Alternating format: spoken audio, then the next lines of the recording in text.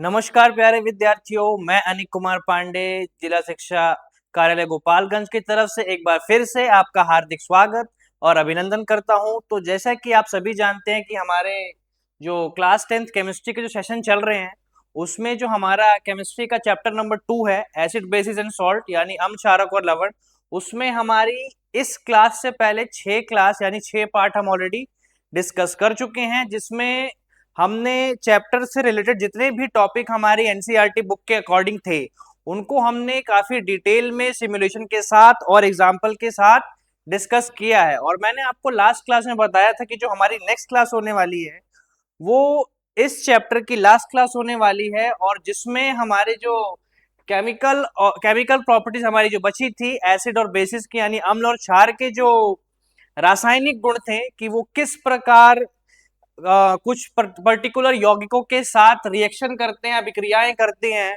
और जो वहां पे हमें उत्पाद प्राप्त होते हैं वो कैसे उत्पाद प्राप्त होते हैं। तो बिना समय को बर्बाद करते हुए हम शुरुआत करते हैं अपने रासायनिक गुणों की। और सबसे पहले अम्ल और क्षार में से हम शुरुआत करेंगे अम्ल के रासायनिक गुणों की। और हम यहाँ पे ये देखने वाले हैं कि अम्ल किस प्रकार से रासायनिक अभिक्रियाएं करता है। अम्ल के भौतिक गुणों के बारे में हमने काफी विस्तार से और सिमुलेशन के साथ चीजों को देखा था। आज हम बात करेंगे अम्ल के रासायनिक गुण और क्षार के रासायनिक गुण के बारे में। तो इस आज की क्लास में हम लोग देखने वाले हैं कि किस प्रकार जो अम्ल है वो धातु यानी मेटल के साथ रिएक्शन यानी अभिक्रिया करता है, किस प्रकार जो अम्ल है वो धातु कार्बोनेट के साथ अभिक्रिया करता है, और जो हमारे उत्पाद बनते हैं वो उत्पाद कौन कौन से होते हैं, और अभिक्रियाओं में किस प्रकार के जो बदलाव हमें देखने को मिलते हैं जब अभिकारक उत्पाद में बदलता है। हम इसमें देखने वाले हैं किस प्रकार अम्ल धात्विक ऑक्साइड यानी मेटल ऑक्साइड के साथ रिएक्शन करता है। आज की क्लास में ही हम देखने वाले हैं किस प्रकार जलीय विलयन में जो चालकता हमने देखी थी वो किस प्रकार अम्ल में होती है। तो चलिए आज शुरुआत करते हैं पहले टॉपिक के साथ, जो है अम्ल की धातुओं के साथ अभिक्रिया। तो इस टॉपिक की शुरुआत करने से पहले मैं आपको एक जनरल फॉर्म दिखाना चाहूंगा कि कभी भी जब कोई अम्ल किसी धातु के साथ अभिक्रिया करता है, यानी हमारे अभिकारक कौन से हो गए अम्ल और कोई सी भी धातु होगी यहाँ पे, तो जो हमारा उत्पाद होता है वो एक सॉल्ट और हाइड्रोजन गैस रिलीज होती है, यानी एक लवण और उत्पाद में हमारे पास जो गैस रिलीज होगी वो कौन सी गैस होगी, हाइड्रोजन गैस। परीक्षा में कई बार पूछा जाता है कि अम्ल के धातुओं के साथ अभिक्रिया करने पर कौन सी गैस मुक्त होती है, कौन सी गैस रिलीज होती है, तो हमारा आंसर क्या होगा, हाइड्रोजन गैस। कभी भी कोई अम्ल जब धातुओं के साथ अभिक्रिया करता है तो जो हमारी गैस रिलीज होती है वो हाइड्रोजन गैस होती है। ऑप्शन में आपको कार्बन डाइऑक्साइड गैस मिलेगा, नाइट्रोजन गैस मिलेगा, तो जो हमारा राइट आंसर होगा वो होगा हाइड्रोजन गैस। और हाइड्रोजन गैस एक पॉपिंग साइड यानी जलने के साउंड के साथ रिलीज होती है। तो जैसा कि आप यहाँ पे एक उदाहरण देख पा रहे होंगे, हम सभी जानते हैं कि जिंक एक धातु है, जिंक एक धातु है, और जब वो एक अम्ल, यहाँ पे आप कौन सा अम्ल यहाँ पे आपको दिखाई दे रहा है, यहाँ पे जो आपको अम्ल दिखाई दे रहा है वो है हाइड्रोक्लोरिक अम्ल। और हम सभी ने ये बात डिस्कस की थी कि जो हाइड्रोक्लोरिक अम्ल होता है वो एक प्रबल अम्ल होता है। तो यहाँ पे हमारे पास जो उत्पाद बन रहा है ZnCl2 यानी जिंक क्लोराइड, जो कि एक प्रकार का सॉल्ट यानी लवण है, और सह उत्पाद के रूप में हाइड्रोजन गैस आपको यहाँ पे मुक्त होती हुई दिखाई दे रही है। हम सभी को ध्यान रखना है कि हाइड्रोजन गैस जब भी रिलीज होती है तो किस साउंड के साथ, एक पॉपिंग साउंड के साथ। आइए एक और उदाहरण देखते हैं यहाँ पे। दूसरे उदाहरण में जो हमने धातु यानी जो मेटल लिया है वो है मैग्नीशियम। यहाँ पे जो हमने अम्ल लिया है वो है सल्फ्यूरिक अम्ल, जिसे हम सभी जानते हैं कि king of acid, king of chemicals भी बोलते हैं। और यहाँ पे जो हमारा सॉल्ट फॉर्म हुआ, अभी हमने बात की थी कि कभी भी जब अम्ल धातु से अभिक्रिया करेगा तो लवण और हाइड्रोजन गैस बनेगी। तो यहाँ पे मैग्नीशियम जब सल्फ्यूरिक एसिड से रिएक्ट कर रहा है तो जो हमारा लवण बन रहा है वो है मैग्नीशियम सल्फेट, और यहाँ पर भी हाइड्रोजन गैस रिलीज हो रही है। आइए एक और उदाहरण हम देखते हैं कि यहाँ पे जो हमने मेटल लिया है यानी जो धातु हमने ली है वो है Fe यानी आयरन। आयरन जब H2SO4 जो कि एक अम्ल है उससे रिएक्ट करेगा तो यहाँ पे जो हमारा सॉल्ट यानी लवण जो बनेगा वो होगा आयरन सल्फेट, और यहाँ पर भी हाइड्रोजन गैस रिलीज होगी। तो ये थी अम्लों की रासायनिक अभिक्रिया किसके साथ, धातुओं के साथ। चलते हैं नेक्स्ट स्लाइड पे, और यहां पे हम देखने वाले हैं कि अम्ल की अभिक्रिया किसके साथ, धातु के कार्बोनेट के साथ, यानी मेटल के कार्बोनेट के साथ। पिछली स्लाइड में हमने देखा था कि कैसे अम्ल यानी जो एसिड होता है वो धातु से रिएक्ट करता है। यहाँ पे क्या है, धातु से बने कार्बोनेट यानी मेटल कार्बोनेट जिसे हम बोलते हैं। तो पहले इसकी एक जनरल फॉर्म हम देख लेते हैं कि कभी भी कोई अम्ल जब किसी धातु कार्बोनेट से रिएक्ट करेगा यानी रिएक्शन करेगा, अभिक्रिया करेगा, तो जो हमारा उत्पाद बनेगा वो होगा लवण, कार्बन डाइऑक्साइड गैस और जल हमें उत्पाद के रूप में प्राप्त होंगे। कब, जब अम्ल किसी धातु कार्बोनेट के साथ अभिक्रिया करेगा।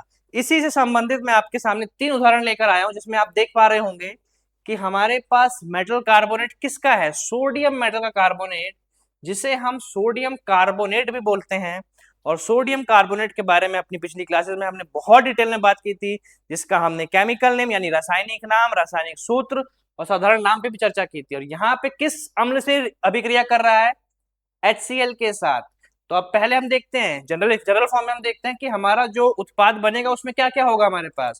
हमारे पास लवण यानी सॉल्ट होगा, कार्बन डाइऑक्साइड और जल सह उत्पाद के रूप में हमें प्राप्त होंगे। तो ठीक उसी प्रकार आप यहाँ पे देख पा रहे होंगे, जब सोडियम कार्बोनेट जो कि एक मेटल कार्बोनेट है, धातु का कार्बोनेट है, जब वो एक अम्ल से अभिक्रिया करेगा तो यहाँ पे हमारे पास सोडियम क्लोराइड, जो कि हम सभी जानते हैं न्यूट्रल सॉल्ट होता है। हमने काफी डिटेल में बात की थी साधारण नमक के बारे में, टेबल सॉल्ट के बारे में। और यहाँ पे आप देख पा रहे होंगे कार्बन डाइऑक्साइड गैस से उत्पाद के रूप में रिलीज हो रही है। समझ, कंफ्यूज नहीं होना है, कभी कभार हम मिक्स कर देते हैं। कार्बन डाइऑक्साइड गैस जब धातुएं, जब एसिड यानी जो धातु है, अम्ल है, वो धातु कार्बोनेट के साथ मेटल कार्बोनेट से रिएक्ट करेगा तो कार्बन डाइऑक्साइड गैस रिलीज होगी। अगर अम्ल केवल धातु से अभिक्रिया कर रहा है तो हमारे पास कौन सी गैस रिलीज होती है, हाइड्रोजन गैस। चलते हैं अपने दूसरे उदाहरण की तरफ, जहां पे आप देख पा रहे होंगे यहाँ पे हमने कैल्शियम का कार्बोनेट लिया है, और इसके बारे में भी हमने काफी डिटेल में इस चैप्टर में बात की थी, जहां पे हमने देखा था ताजमहल के बारे में, संगमरमर और मार्बल के बारे में, जिसमें हमने देखा था कि कैसे मार्बल कैंसर होता है एसिड की वजह से। फिलहाल हम उस पर नहीं जाते हैं, हम बात करते हैं जब कैल्शियम कार्बोनेट, जो कि एक मेटल कार्बोनेट है, धातु से बना धातु कार्बोनेट है, जब वो एक अम्ल के साथ अभिक्रिया करेगा तो यहाँ पर भी जो हमारा उत्पाद होगा लवण, कार्बन डाइऑक्साइड और जल। तो यहाँ पे जो हमें सॉल्ट प्राप्त हो रहा है, लवण जो प्राप्त हो रहा है, वो है कैल्शियम सल्फेट। आइए देखते हैं अपने तीसरे उदाहरण की तरफ। यहाँ पे हमने मैग्नीशियम का कार्बोनेट लिया है। यहाँ पे जो हमने अम्ल लिया है वो है नाइट्रिक एसिड यानी नाइट्रिक अम्ल HNO3, जिसके बारे में हमने काफी डिटेल में बात की थी जब हमने बिल्कुल बेसिक क्लास स्टार्ट की थी, जहाँ पे हमने ऑर्गेनिक और मिनरल एसिड के बारे में पढ़ा था। यहाँ पे जो हमारा सॉल्ट प्राप्त हो रहा है हमें कार्बन डाइऑक्साइड, जल। तो आपको ध्यान क्या रखना है, जो पिछली 2 रिएक्शन अभी हमने बताई हैं, पहले वाले में अम्ल धातु से अभिक्रिया कर रहा था तो वहां पर लवण और हाइड्रोजन गैस रिलीज हो रही थी। वहीं अगर हम अम्ल धातु कार्बोनेट से अभिक्रिया करेगा तो जो हमारे पास लवण तो बनेगा ही, सॉल्ट फॉर्मेशन तो होगा ही होगा, प्लस जो गैस रिलीज होगी कार्बन डाइऑक्साइड और प्लस जल की कुछ मात्रा भी हमें प्राप्त होती है। चलते हैं नेक्स्ट स्लाइड की तरफ। यहाँ पे आप देख पा रहे होंगे कि अम्ल की जो अभिक्रिया है किसके साथ, हाइड्रोजन कार्बोनेट के साथ। किसके साथ, हाइड्रोजन कार्बोनेट के साथ। इस डिफरेंस समझिएगा, देखिए अगर आप अंतर समझते हुए इन रसायन, इसीलिए मैंने जो ये रासायनिक गुण थे अम्ल और क्षारों के अंतिम क्लास के लिए रखा था। क्यों, क्योंकि इसमें हमें पहचानने में मुश्किल आती है, लेकिन कब आती है, अगर आप रटेंगे इस चीज को। लेकिन अगर आप समझते हुए अंतर समझेंगे तीनों हर प्रकार के रासायनिक गुण और हर प्रकार की अभिक्रियाओं के बारे में, तो मुझे नहीं लगता कि आपको इनको याद रखने में कोई भी कठिनाई होगी। अंतर समझिए। अब यहाँ पे अम्ल किसके साथ अभिक्रिया कर रहा है, धातु हाइड्रोजन कार्बोनेट के साथ। फिर से मैं बार बार रिपीट कर रहा हूं, सबसे पहली रिएक्शन हमने पढ़ी थी अम्ल की धातु के साथ। सेकंड जो हमने अभी पिछली स्लाइड में पढ़ा था, अम्ल की अभिक्रिया धातु के कार्बोनेट के साथ। अब हम यहाँ पे देखने जा रहे हैं अम्ल की अभिक्रिया धातु के हाइड्रोजन कार्बोनेट के साथ। आइए, और यहाँ पे जो हमारा उत्पाद बनेगा, सॉल्ट हमें, लवण हमें यहाँ पे भी मिलेगा, जल यहाँ मिलेगा, कार्बन डाइऑक्साइड भी हमें यहाँ पे प्राप्त होगा। तो आइए एक उदाहरण लेकर देखते हैं हम यहाँ पे। जैसा कि आप यहाँ पे देख पा रहे होंगे, sodium hydrogen carbonate, baking soda, इसके बारे में बहुत डिटेल में हमने इसके उपयोग, इसकी फॉर्मेशन कैसे होती है बात की थी। फिलहाल ये एक मेटल हाइड्रोजन कार्बोनेट है जो एक प्रबल अम्ल HCl से अभिक्रिया करके हमारे पास लवण, जल और कार्बन डाइऑक्साइड बनाएगा। इस चीज को याद रखना है। सेम यहाँ पे हमने एक और उदाहरण लिया है जहाँ पे कैल्शियम बाइकार्बोनेट सल्फ्यूरिक अम्ल से अभिक्रिया करके कैल्शियम सल्फेट, लवण, जल और कार्बन डाइऑक्साइड हमें देता है। ठीक इसी प्रकार हमने एक और उदाहरण यहाँ पे लिया है नाइट्रिक अम्ल का, जिसको आप यहाँ पे स्क्रीन पे देख पा रहे होंगे। और उम्मीद, मैं आशा करता हूं कि जो तीनों प्रकार के अभी रासायनिक गुण अभी तक जो हमने डिस्कस किए हैं, आप उसमें अंतर समझ पाए होंगे। अब आते हैं नेक्स्ट स्लाइड पे, और ये है हमारी अम्ल की धातु के ऑक्साइड के साथ अभिक्रिया, यानी जो एसिड है उसकी रिएक्शन होगी मेटल ऑक्साइड के साथ, यानी धातु के ऑक्साइड के साथ। और पिछले काफी सालों से अलग अलग तरीके से घुमा के प्रश्न आता है इसकी प्रकृति के बारे में, कि जो धातुओं के ऑक्साइड होते हैं वो किस प्रवृत्ति के होते हैं, अम्लीय होते हैं, क्षारीय होते हैं या उदासीन होते हैं। ठीक इसी प्रकार जब हम क्षार के रासायनिक गुण के बारे में पढ़ेंगे तो वहां पे भी हम ये बात करेंगे कि कि जो नॉन मेटेलिक ऑक्साइड होते हैं वो किस प्रवृत्ति के होते हैं, अम्लीय होते हैं, क्षारीय होते हैं या उदासीन होते हैं। तो पहले एक जनरल फॉर्म देख लेते हैं। जनरल फॉर्म में जैसे अम्ल जब किसी भी धातु ऑक्साइड, यहाँ पे किसी भी धातु का ऑक्साइड हो सकता है, वो सोडियम ऑक्साइड हो सकता है, वो कैल्शियम ऑक्साइड हो सकता है, कोई भी धातु ऑक्साइड हो सकता है। तो जब वहां पे उत्पाद हमें क्या प्राप्त होगा, लवण और जल यानी पानी हमें प्राप्त होगा। आइए देखते हैं, यहाँ पे जो हमने मेटल ऑक्साइड यानी धातु का ऑक्साइड लिया है वो है कॉपर ऑक्साइड। हम सभी जानते हैं कि कॉपर एक धातु है, मेटल है। तो हमने यहाँ पे जो ऑक्साइड लिया है, ध्यान से समझिएगा, धातु का ऑक्साइड लेना है। क्या लेना है? धातु का ऑक्साइड, कॉपर ऑक्साइड। जब HCl जो कि एक प्रबल अम्ल है अभिक्रिया करेगा, यहाँ पे जो हमारा लवण बनेगा वो होगा कॉपर क्लोराइड, और यहाँ पे उत्पाद के रूप में H2O भी आएगा। वहीं अगर दूसरे उदाहरण की तरफ चले, मैग्नीशियम ऑक्साइड, यहाँ पे जो हमने धातु का ऑक्साइड लिया है वो है मैग्नीशियम का ऑक्साइड लिया है।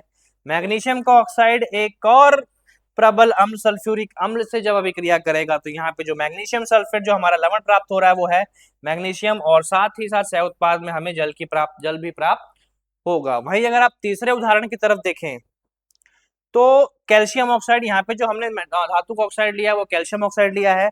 कैल्शियम ऑक्साइड जब हाइड्रोक्लोरिक अम्ल के साथ अभिक्रिया करेगा तो यहाँ पे जो हमें लवण प्राप्त होगा वो है कैल्शियम क्लोराइड, और जल हमें यहाँ पर भी सह उत्पाद के रूप में प्राप्त होगा। अब परीक्षा में एक क्वेश्चन आता है कि जो धातु के ऑक्साइड होते हैं, जो धातु के ऑक्साइड होते हैं, अगर उनकी प्रकृति के बारे में पूछा जाए कि उनका नेचर क्या होता है, अम्लीय होता है, क्षारीय होता है या उदासीन होता है, तो हम सभी को ध्यान रखना है जो धातुओं के ऑक्साइड होते हैं वो क्षारीय प्रवृत्ति के होते हैं, बेसिक नेचर के होते हैं।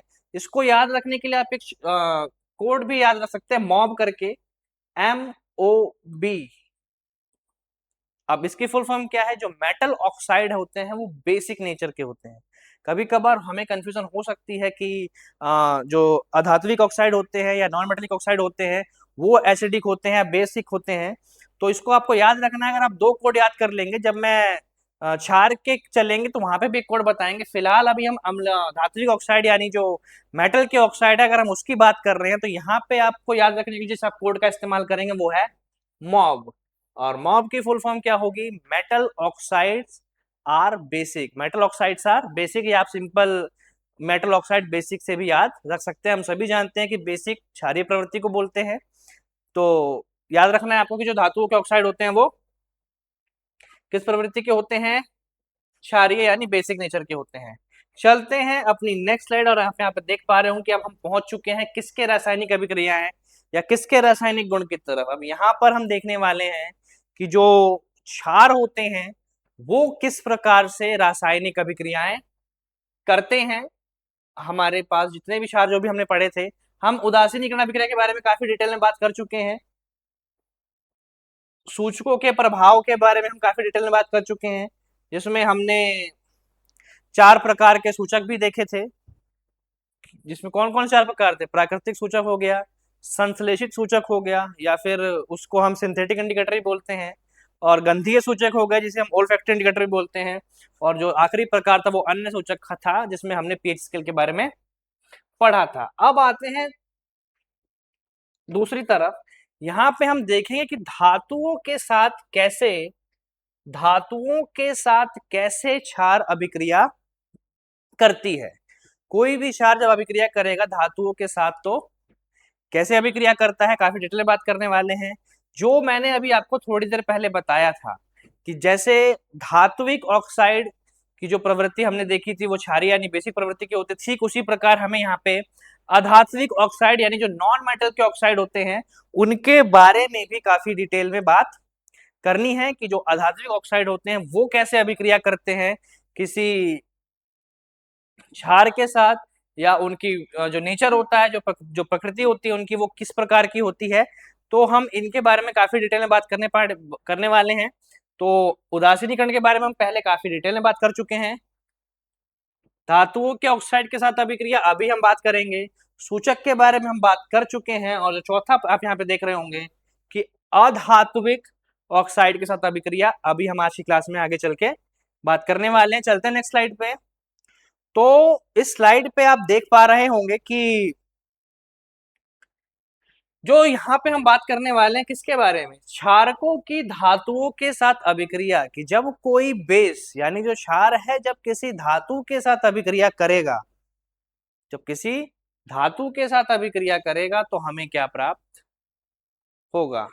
तो देखिए यहाँ पे आप देख पा रहे होंगे कि जब कोई क्षारक धातु से अभिक्रिया कर रहा है तो हमें यहाँ पे प्राप्त हो रहा है। उदाहरण भी यहाँ पे हमारे कुछ हुए हैं। यहाँ पे जिंक एक धातु है, सोडियम हाइड्रोक्साइड आपका क्षार यानी बेस हो गया। यहाँ पे जो हमारा लवण प्राप्त हुआ है वो है सोडियम जिंक ऑक्साइड, और हाइड्रोजन गैस यहाँ पे रिलीज हुई है। वहीं अगर हम दूसरे उदाहरण की तरफ चलें, एल्यूमिनियम यहाँ है हमारा धातु, किसके साथ अभिक्रिया करेगा, सोडियम हाइड्रोक्साइड, जो कि एक प्रबल क्या होता है, जो कि एक प्रबल क्षार होता है। जल की कुछ मात्रा भी यहाँ पे है, तो यहाँ पे जो हमारा उत्पाद आप देख पा रहे होंगे लवण और हाइड्रोजन गैस यहाँ पे भी रिलीज हो रही है। लेकिन अब यहाँ पे हमको याद रखने वाली बात ये है, यहाँ पे कुछ महत्वपूर्ण बिंदुओं पे हमको ध्यान जरूर देना है, जो कि हमने अम्ल के जब हम अम्ल के साथ अभिक्रिया को पढ़ रहे थे वहां पे हमें बात नहीं करनी थी, क्योंकि वहां पे लगभग हर प्रकार की अभिक्रिया दोनों ही तरीके से हो रही थी। लेकिन यहाँ पे क्षार के केस में यानी बेस के केस में हमें कुछ पॉइंट्स पे जरूर ध्यान देना है। पहला पॉइंट क्या है, जो क्षारक होते हैं वो केवल अम्लीय धातुओं के साथ ही अभिक्रिया करते हैं, सबके साथ नहीं करते। तो कुछ धातु जो अम्लीय प्रवृत्ति के होते हैं, क्षारक केवल अम्लीय धातु के साथ अभिक्रिया करेंगे, सबके साथ नहीं। दूसरा पॉइंट जो हमें याद रखना है, यहाँ पे जो लवण हमें प्राप्त होता है वो एक जटिल कॉम्प्लेक्स सॉल्ट होता है। जैसा कि आप देख पा रहे होंगे, जब अम्लों की अभिक्रिया के बारे में देखा था तो वहां पे जो हमें लवण यानी जो सॉल्ट प्राप्त हो रहे थे वो काफी साधारण सॉल्ट थे, जहां पे हमने सोडियम क्लोराइड, मैग्नीशियम सल्फेट इस प्रकार के सॉल्ट के। लेकिन जब यहाँ पे आप देखेंगे तो यहाँ पे जो लवण फॉर्म हो रहे हैं वो एक कॉम्प्लेक्स यानी जटिल लवण फॉर्म हो रहा है, जिसका आप रासायनिक सूत्र के माध्यम से आप इनको देख पा रहे होंगे कि यहाँ जो हमारे लवण बन रहे हैं यहाँ पे हमारे, वो एक जटिल लवण है यानी कॉम्प्लेक्स सॉल्ट जिसे हम इंग्लिश में बोलते हैं। यहाँ पे ध्यान रखना है आपको, जो हाइड्रोजन गैस निकलेगी वो हमेशा एक पॉप ध्वनि के साथ निकलेगी। पॉपिंग साउंड होता है वो, उसको हम काफी आसानी से सुन के उसके बारे में पता लगा सकते हैं कि हाँ ये जो पॉपिंग साउंड के साथ जो गैस रिलीज हो रही है, मुक्त हो रही है, वो कौन सी गैस है, H2 गैस। तो वो कि आप तीसरे पॉइंट पे देख पा रहे होंगे क्या लिखा है यहाँ पे कि H2 गैस निकलती है जिसे पॉप ध्वनि से पहचाना जाता है। वहीं अगर हम चौथे पॉइंट की तरफ आए, यह अभिक्रिया गर्म और सांद्र क्षारक की आवश्यकता को बनाए रखती है, कि जो भी हमें रिक्वायरमेंट है या जो भी आवश्यकता है तो वो उसको इस अभिक्रिया के माध्यम से हम उसको बनाए रख सकते हैं। तो चलते हैं नेक्स्ट स्लाइड पे। यहाँ पे हम देखने वाले हैं कि किस प्रकार जो अधातु ऑक्साइडों की क्षारों के साथ अभिक्रिया होती है या अम्लीय ऑक्साइडों की जो क्षारों के साथ अभिक्रिया होती है वो किस प्रकार से होती है, हम काफी डिटेल में बात करेंगे। तो सबसे पहले आप यहाँ पे देखिए कि जो अधातु के ऑक्साइड होते हैं, किसके ऑक्साइड, जो अधातु के ऑक्साइड होते हैं या जो धातु के ऑक्साइड, दोनों के बारे में करके हम बात करने वाले हैं। तो पहले हम बात करते हैं जो अधातु के ऑक्साइड होते हैं सामान्यतः किस प्रवृत्ति के होते हैं या किस प्रकृति के होते हैं। जो अधातु के ऑक्साइड होते हैं वो सामान्य अम्लीय प्रवृत्ति के होते हैं। जैसा कि मैंने बताया था, जब हमने किसकी बात कर, अभी जब हम अम्ल के बारे में पढ़ रहे थे तो मैंने बताया था आपको मॉब, जो मेटल के ऑक्साइड थे, जो मेटल के ऑक्साइड थे वो बेसिक नेचर के थे यानी क्षारीय प्रवृत्ति के थे। वहीं अगर हम बात करें जो अधातु के ऑक्साइड होते हैं, कौन से ऑक्साइड, या फिर जिसको हम अम्लीय ऑक्साइड भी बोल देते हैं, तो अम्लीय ऑक्साइड बोलने का कारण क्या है कि उनकी प्रकृति या नेचर क्या होगा, अम्लीय होगा या एसिडिक होगा। तो ये क्षारों के साथ अभिक्रिया करके लवण और जल बनाते हैं, ये क्षारों के साथ अभिक्रिया करके लवण और जल बनाते हैं। आइए उदाहरण देखते हैं। ये हमारा अधातु के ऑक्साइड हो गए, कार्बन डाइऑक्साइड। हम सभी जानते हैं कि जो कार्बन है एक नॉन मेटल है, अधातु है, तो कार्बन डाइऑक्साइड अधातु का ऑक्साइड हो गया। वहीं अगर हम यहाँ पे कोई एक बेस ले लें, यहाँ पे हमने कैल्शियम हाइड्रोक्साइड जो कि एक बेस है, कैल्शियम हाइड्रोक्साइड एक बेस है।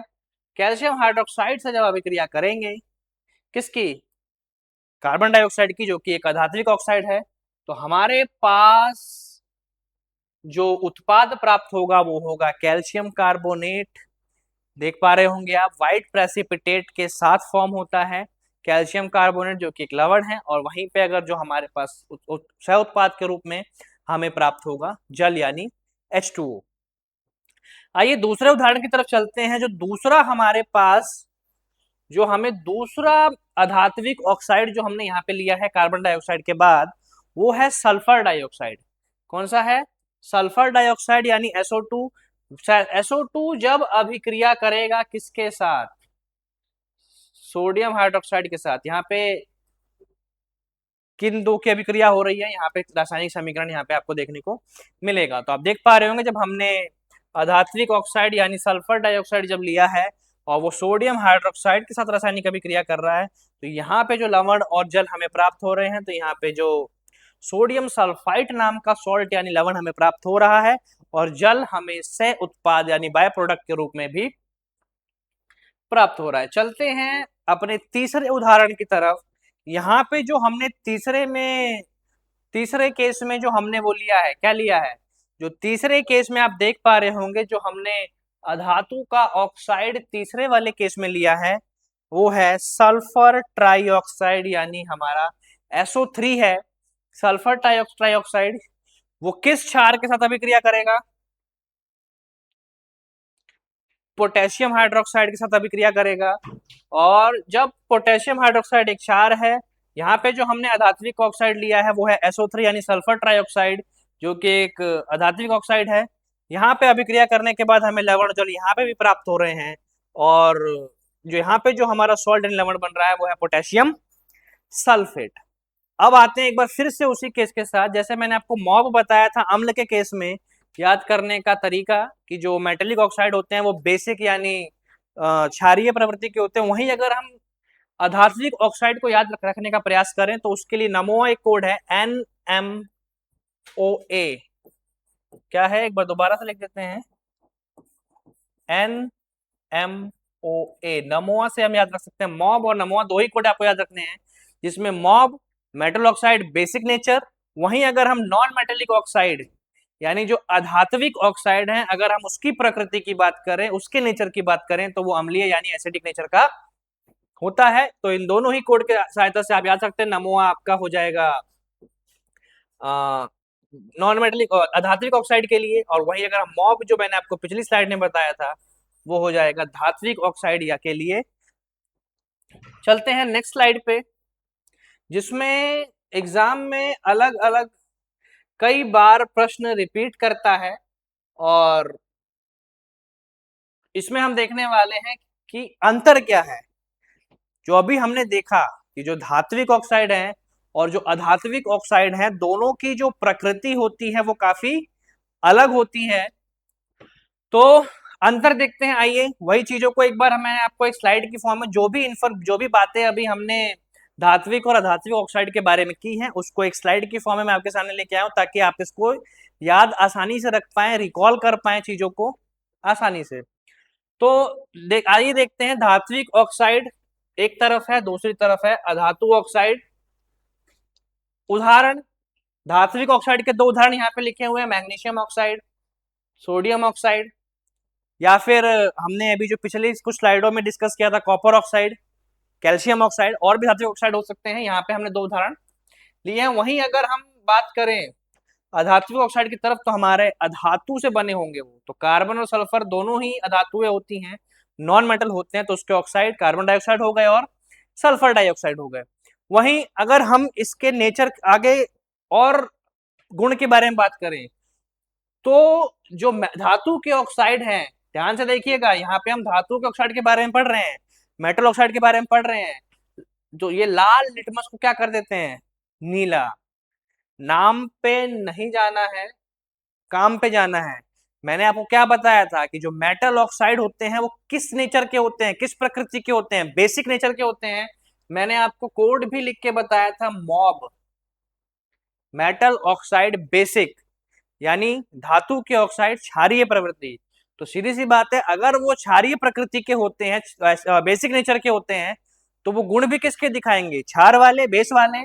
तो बेस हमारा क्या करता था, लाल लिटमस को क्या कर देता था, नीला।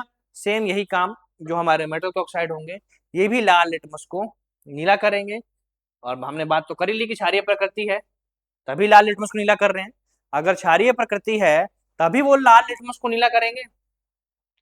वहीं अगर हम दूसरी तरफ बात करें, धातु के ऑक्साइड जब जल से अभिक्रिया करेंगे, तो जो बनता है वो भी एक क्षार बनता है। जैसे उदाहरण के लिए मैग्नीशियम हाइड्रोक्साइड एक उदाहरण है।